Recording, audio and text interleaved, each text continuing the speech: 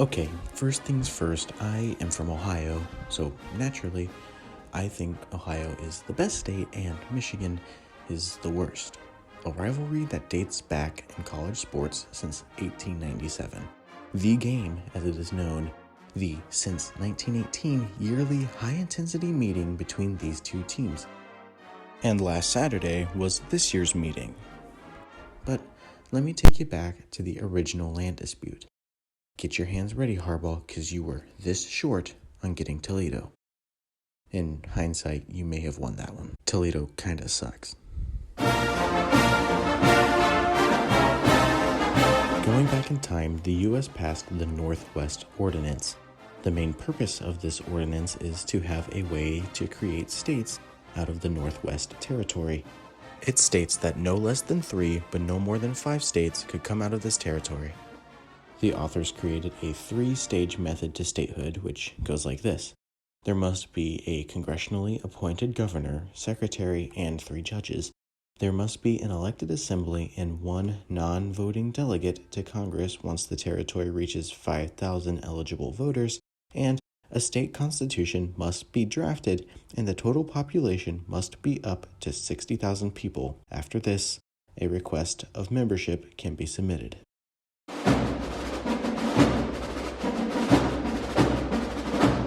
The Ohio northern boundary lays from the southern tip of Lake Michigan and runs east to Lake Erie. But the thing is, the cartographers messed up.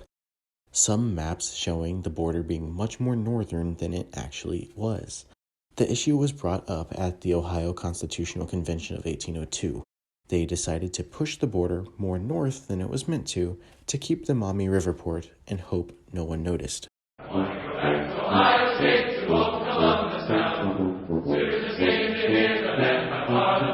As an Ohioan, I really dislike Toledo. It's dirty and relatively unsafe, and according to residents, there is no nightlife, so it's extremely boring. Also, don't drink the water. Hating Toledo has been a meme for a long time.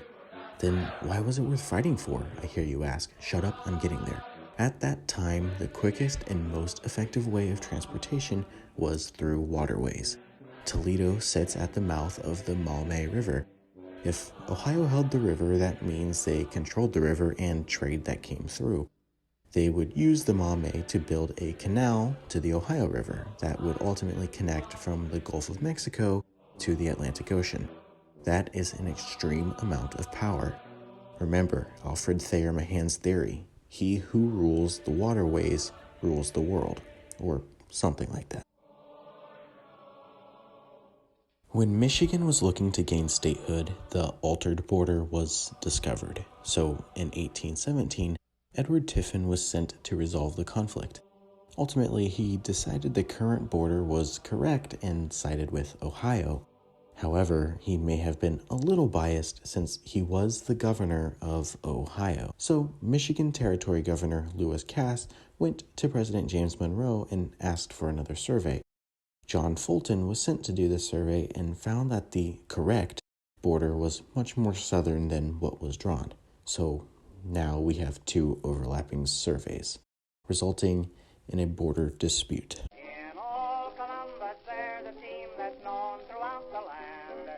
11 warriors, brave and bold, whose fame will ever. In 1833, Ohio was still unwilling to give up the all-important territory of Toledo, and they basically claimed it as their own. The governor of Ohio at that time, Robert Lucas, thought the best way to show this was by declaring the territory of Toledo a county of Ohio, going so far as to name it after himself. Thus, Lucas County was born. This pissed off a lot of Michiganders, including Territory Governor and future youngest governor ever at 23 years old, Stevens T. Mason. Thanks a lot, Stevens. People like you are the reasons my dad isn't proud of me. So anyway, he sent the Michigan Territory Militia to occupy the disputed territory.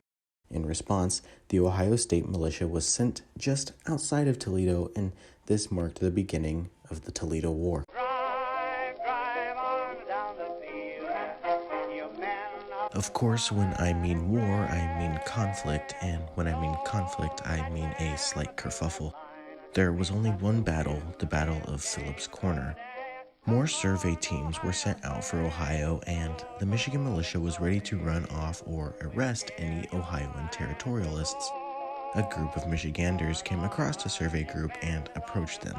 According to a few Ohioans, the Michiganders had 50 armed men coming for them, so they grabbed their weapons. The Michiganders fired first, and the Ohioans, with their 5 armed men, were nervous about their lack of firepower and fled. Didn't even fire back. At least that's what the Ohioans said. Michiganders said that there were only 30 armed men and they didn't even fire.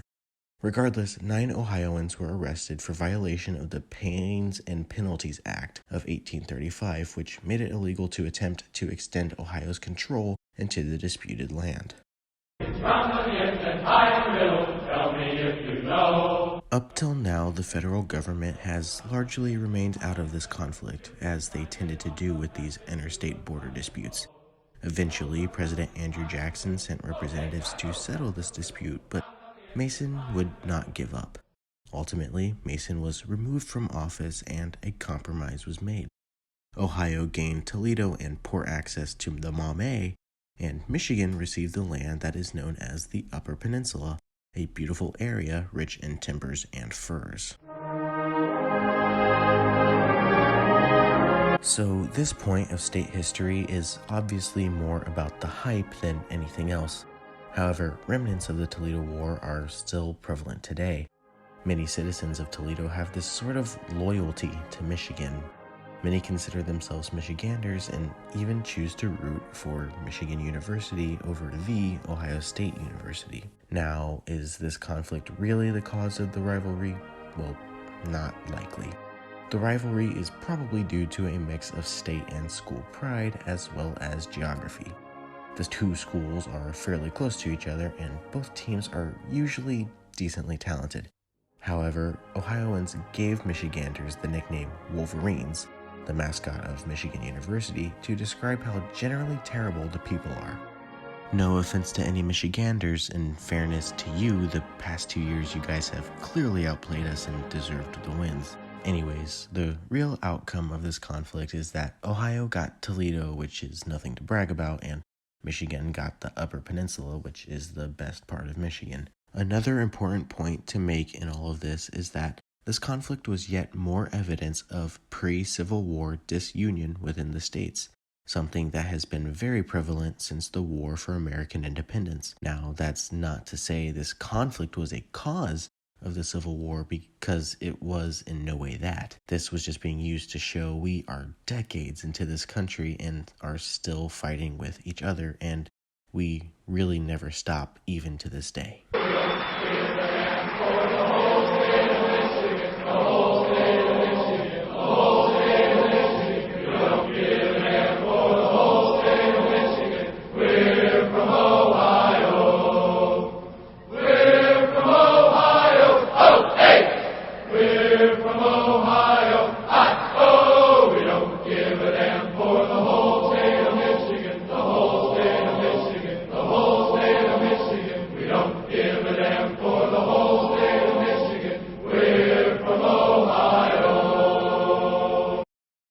Can I just say Wisconsin got screwed over the most out of all of this?